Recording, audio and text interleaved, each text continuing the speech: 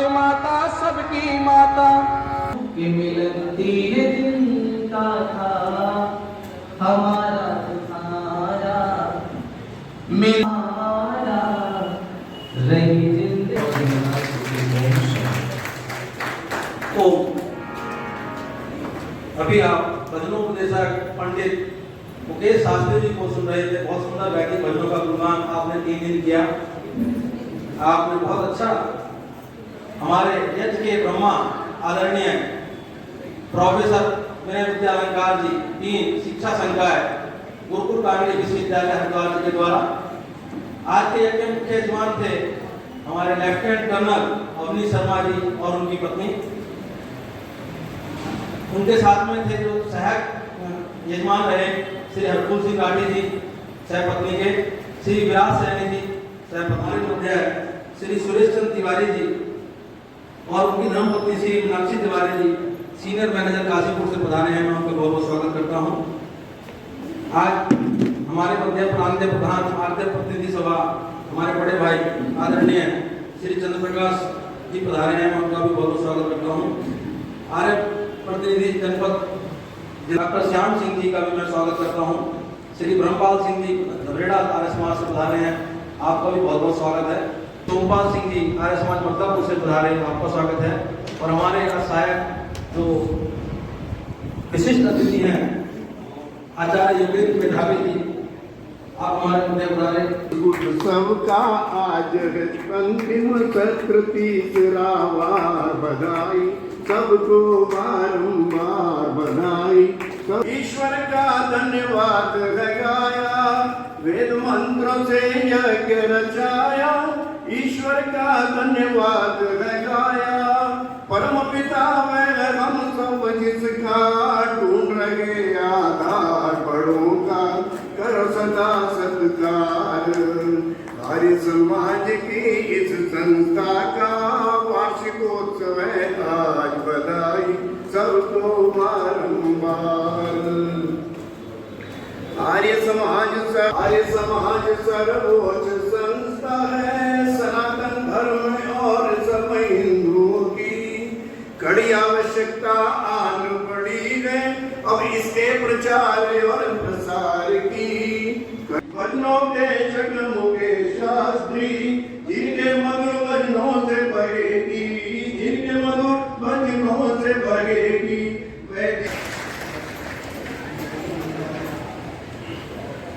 हम विद्वान जो भजनोपदेशक हैं उनको तो कभी कभी सुनते हैं, लेकिन हमारे आदरणीय शर्मा जी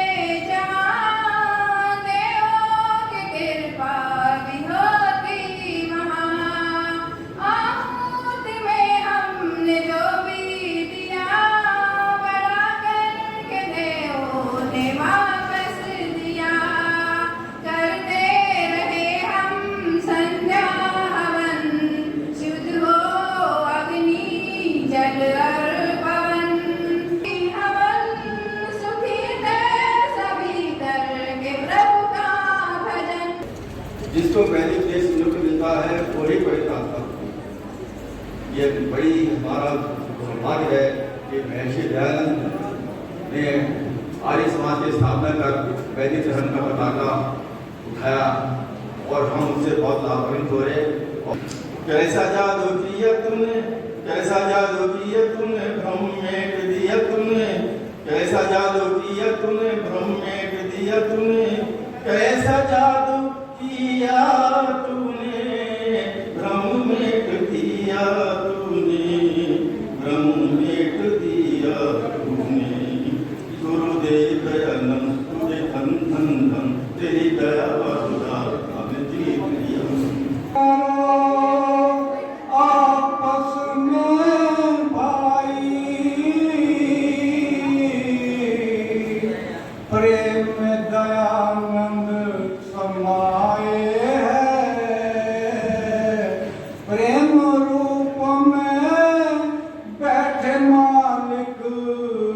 प्रेम से दयानंद पाए है। कुछ कर ले भजन भगवान का, तेरे जीवन का तो यही सार है। बिना बदगी भजन भगवान के तेरा जीवन यूं ही बेकार है। जन्म मिला तुझे अनमोल हीरा, माटी में क्यों तूने खो दिया। जिस राहों पे चलना था तुझे, उस राहों में कांटों को बो दिया। ये ना सोचा कि झूठा संसार है, झूठी ही मौज बार है। बिना भगवान के तेरा जीवन यूं ही बेकार है। जब मैं कक्षा 7 में पढ़ रहा था तो मेरे चाचा जी राज के शिक्षा विद्यालय में पढ़ाते थे, श्री रतन सिंह जी। नाम तो उनका रतन था ही, पर थे ही वो रतन। मैं समझता हूं कि मैंने गुजरात तक आयोजन कराए। शहरी जाट अहिर गुजर रोड रमाना कुशवाहा साके मौर्य मुराद, इन जातियों में इस प्रकार का व्यक्ति समाज के बारे में सोचने वाला, परिवार के बारे में सोचने वाला और राष्ट्र के बारे में सोचने वाला नहीं मिलता। आज मेरे अंदर वही बोल रहे हैं। उन्होंने अपने समाज के लोगों के साथ साथ सभी समाज के लोगों को मदद की। अपने कमरे पर रखकर उन्होंने पढ़ाया। एक हमारे ताऊ जी थे कुंदीराम जी, उन्होंने कहा भाई ये 8 दिन रहेगा रतन सिंह हमारे यहाँ और ये अपनी ट्रेनिंग करेगा, केवल फिर उसके बाद जो है वो अपना कमरा देख लेगा। उसने पूरे 2 ही साल कर दिए, पर चाचा जी ने नहीं कहा। उन्होंने मुझे एक बार कहा था कक्षा 9 में पढ़ते हुए कि भाई ये तुमने हिंदू धर्म क्यों रखा। इसकी हिंदू धर्म की स्थान पर धर्म में तुम्हें वैदिक धर्म लिखना था। तो मैंने धर्म लिखा, वैदिक धर्म। फिर मुझे उन्हीं के सौभाग्य से 15 पुस्तकें लिखने का भी सौभाग्य प्राप्त हुआ। और एक पुस्तक मैंने लिखा कि हिंदू चला पतन की ओर, कौन रोकेगा कौन सी ठोर। एक पुस्तक मैंने लिखी, आपको मैंने 4 पुस्तक भेज दी। आपके कर कमलों में मुझे सौभाग्य प्राप्त हुआ कि ऐसे महान मनीषी को भी मैं अपनी कुछ पुस्तकें भेंट कर रहा हूँ। ये मेरे लिए सौभाग्य का विषय। माता जी एक भजन प्रस्तुत करें। तुम्हारी भगवान जग में समा रही, सत्ता तुम्हारी भगवान जग में समा रही।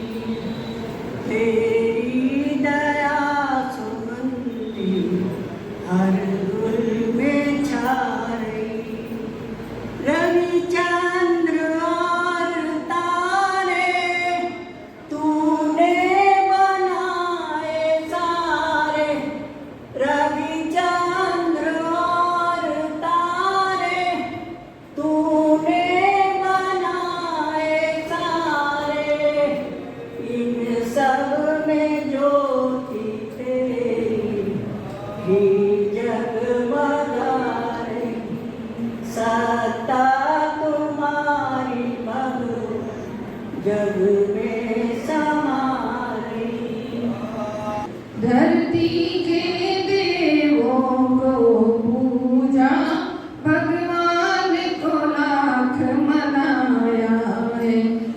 धरती के देवों को पूजा, भगवान को लाख मनाया है।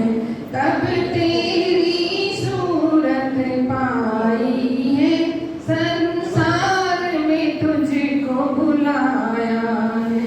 इन पावन लोगों के दिल को पत्थर बन कर मत तोड़ना। इन पावन दिल के लोगों को पत्थर बन। आदरणीय चंद्र प्रकाश जी।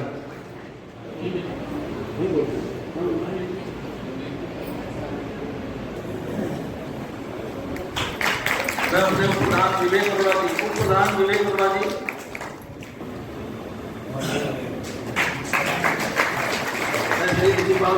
तो हमारे कौन की तस्वीर तरफ है सम्मान।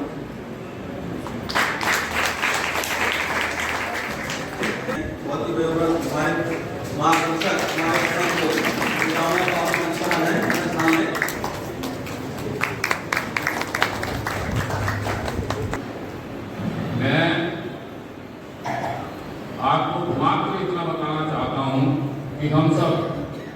आर्य समाज के कार्यकर्ता हैं और कार्यकर्ता जब तक हम बने रहेंगे तो इस आर्य समाज का हम कार्य करते रहेंगे।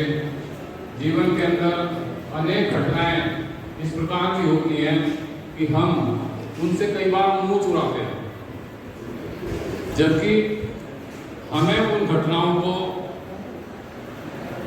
अपने जीवन में उदाहरण के रूप में पेश करना चाहिए, प्रस्तुत करना चाहिए। और आज आर्य समाज की सबसे बड़ी जो कमी हो गई, तर्क शक्ति जो थी वो क्षीण होती जा रही है। हम समाज के अंदर रहते हैं, लेकिन अन्य जो संप्रदाय चल रहे हैं उनके सामने हम चुप रहते हैं, जब उनको जवाब कम देते हैं, जबकि हमें उनके साथ तर्क वितर्क करना चाहिए। मैं अनेक जगह जाता हूँ, तो एक जगह जब मैं गया तो वहाँ पर कुछ इस प्रकार की व्यवस्थाएं थी। गया था, मैं स्पष्ट बात करूँ तो वहाँ उस परिवार ने अपने सिर का मुंडन नहीं कराया, तो वहाँ उस चीज को कुछ लोगों ने दूर दिया अनावश्यक रूप से, कि इन्होंने ये नहीं कराया, इन्होंने वो नहीं कराया। मैंने कहा आप लोगों को इस विषय में जब ज्ञान ही नहीं तो इन तरह की अज्ञानता की बातों को क्यों पढ़ते हो? क्या कराते हैं? प्रेयर। क्या कराते हैं? प्रेयर। प्रेयर को हिंदी में क्या कहते हैं? प्रार्थना। और अगर हमारे ऋषि मुनियों की परंपरा में अगर जाएंगे, वेद की परंपरा में जाएंगे, तो वहां पर प्रार्थना पहले नहीं है, पहले स्तुति है। और हमारे देश में स्तुति करना सिखाया जाता था। और स्तुति का अर्थ क्या है? स्तुति का अर्थ है प्रशंसा, कि हम दूसरों की प्रशंसा करने वाले बने। अगर हम दूसरों की प्रशंसा करेंगे,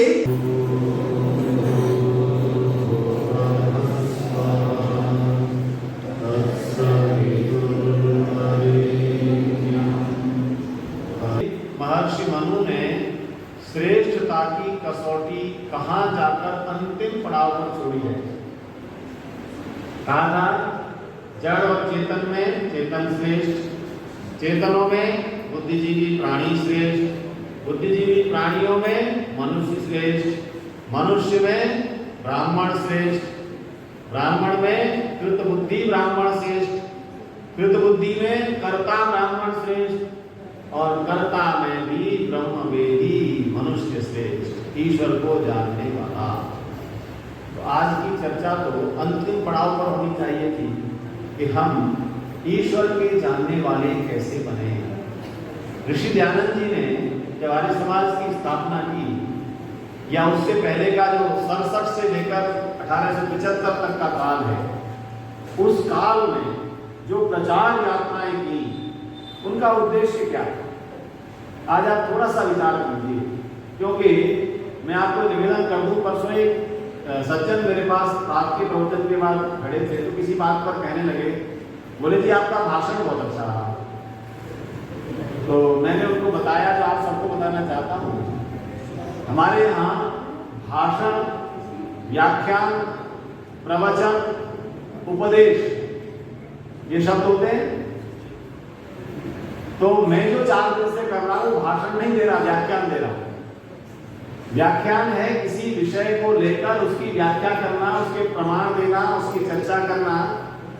उपदेश है सन्यासी के द्वारा दिया जाना। और प्रवचन है एक तपस्वी मुनि जिसके वचन साधना से तपोयुक्त हो चुके हैं, वो प्रवचन दे सकता है। तो मैं तो व्याख्याता हूँ, विश्वविद्यालय में पढ़ाता हूँ, जो कुछ शास्त्रों के अवगाहन से प्राप्त होता है वो आपके बीच बांट रहा हूं। तो व्याख्यान चल रहा है, लेकिन आज मैं भाषण दूंगा। ध्यान रखना, 2 काम करूंगा। जो समय भाई मंत्री जी ने मुझे दिया है, आधे समय में व्याख्यान की पूर्ति करूंगा जो आज तक चल रहा था, और आधे समय में भाषण दूंगा। इन दोनों का अंतर आपको समझ में आ जाएगा, बताने की आवश्यकता नहीं। तो व्याख्यान का बिंदु पर कहाँ छूटा था? अगर आप सजग बैठते हैं तो मुझे बताएंगे, है जी?